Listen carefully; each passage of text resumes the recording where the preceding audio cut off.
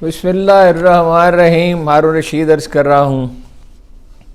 یہ ایک بہت مشکل دن تھا.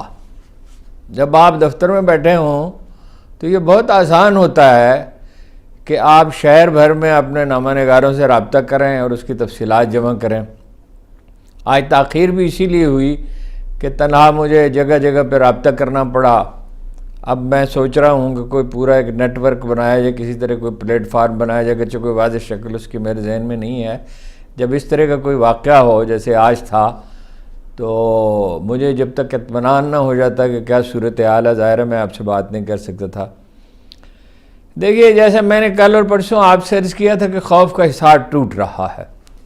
آج اس میں کچھ اور کمی آئی اور یہ اب بالکل واضح طور پر کہا جا سکتا ہے کہ پیپلز پارٹی اور نون لیگ پر مشتمل, انفیکٹ نون لیگ کی قیادت میں حکومت بنانے کا جو منصوبہ تھا وہ بالکل ناکام ہوتا نظر آتا ہے. یعنی اب تو وہ بنے گی نہیں.